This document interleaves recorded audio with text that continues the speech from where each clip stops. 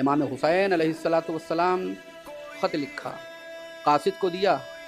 کوفے میں جناب حبیب دسترخوان پہ بیٹھے ہیں، زوجہ کے ساتھ دسترخوان پہ ہیں، لقمہ گلگیر ہوا، ادھر دق الباب ہوا۔ کون؟ حسین کے قاصد ہیں۔ دروازے کو کھولا، خط کو لیا، آنکھوں سے لگایا، خط کو پڑھا۔ حبیب تم تو جانتے ہی ہو کہ رسول اللہ سے مجھے کیا نسبت ہے۔ اے حبیب تم تو جانتے ہی ہو کہ میں علی ابن ابی طالب کا لخت جگر ہوں۔ حبیب تم تو جانتے ہی ہو فاطمہ نے مجھے چکی پیس کے پالا ہے۔ حبیب آج میں نرغے آدھا میں گھر گیا ہوں، حبیب کیا تم میری مدد کے لیے نہ ہو؟ جناب حبیب نے خط کو پڑھا، خط کو لپیٹا، آئے زوجہ کے پاس۔ زوجہ نے پوچھا کون تھا؟ کہا امام حسین علیہ السلام کا قاصد تھا۔ کیا ہوا؟ آقا حسین نرغے آدھا میں گھر گئے ہیں۔ کیا لکھا ہے؟ بلایا ہے مدد کے لیے۔ کا ارادہ کیا ہے؟ میں تیرے بارے میں سوچ رہا ہوں، جانے قربان ہو جائیں کربلا کی خواتین پر، ان شیر دل خواتین پر جانے قربان ہو جائیں۔ حبیب یہ چادر تم اوڑھو، وہ تلوار ہمیں دے دو۔ اے میری شریک حیات و حسنات، میں تیرا امتحان لے رہا تھا، بھلا میرا آقا مجھے بلائے اور میں نہ جاؤں؟ غلام کو بلایا بیرون کوفہ، جاؤ گھوڑے کو لے کے جاؤ، میں بھی آتا ہوں۔ حبیب کو تاخیر ہو گئی تو گھوڑے نے قدم پٹکنے شروع کر دیے۔ غلام نے کہا اگر میرا آقا نہ آیا تو اے میرے آقا کے رہبار، میں تجھ پہ سوار ہو کر آقا حسین کی مدد کے لیے جاؤں گا۔ حبیب کے کانوں میں یہ جملے پہنچے، سر و سینے کو پیٹ لیا، اللہ اللہ، نبی کے نواسے پہ یہ وقت آ گیا کہ غلام بھی قربانیاں دینے کے لیے آمادہ۔ حبیب گھوڑے پہ سوار ہوئے، غلام سے کہا جا تجھے راہ خدا میں آزاد کر دیا۔ کہا کیسی آزادی؟ جب تک اس دنیا میں تھے تب تک غلام رکھا، اب آخرت کی طرف جا رہے ہیں، جنت کی طرف۔ حبیب نے اسے بھی سوار کیا، لے کے پہنچے۔ ادھر امام حسین علیہ السلام اسلحے تقسیم کریں، ایک نیزہ بچ گیا۔ کسی نے کہا آقا یہ نیزہ مجھے دے دیجئے۔ امام نے کہا اس کا مستحق، اس کا اہل آ رہا ہے۔ اچانک کوفے کی طرف سے گرد نمودار ہوئی۔ امام حسین علیہ السلام نے کہا بھیا عباس آگے بڑھو، علی اکبر آگے بڑھو۔ اب جو گرد چھٹی تو کیا دیکھا؟ حسین کے بچپن کا دوست حبیب آ رہا ہے۔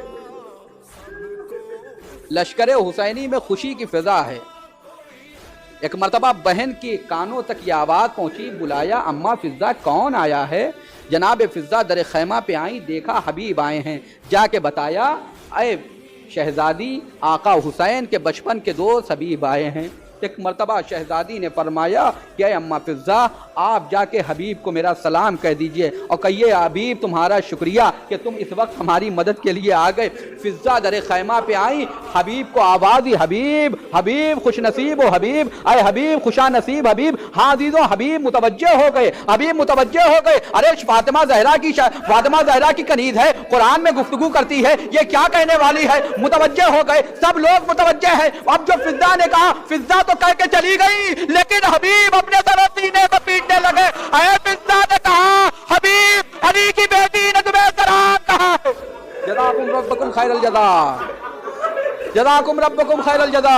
ہاں عزیزوں میں کہوں گا حبیب نبی کی نواسی نے سلام کہا، تم برداشت نہ کر پائے، لیکن جس کوفے سے آئے ہو اسی کوفے میں یہی نبی زادیاں بے مقدار چادر پہنائی جائیں گی۔ اے حبیب اس وقت تم کیسے برداشت کرو گے؟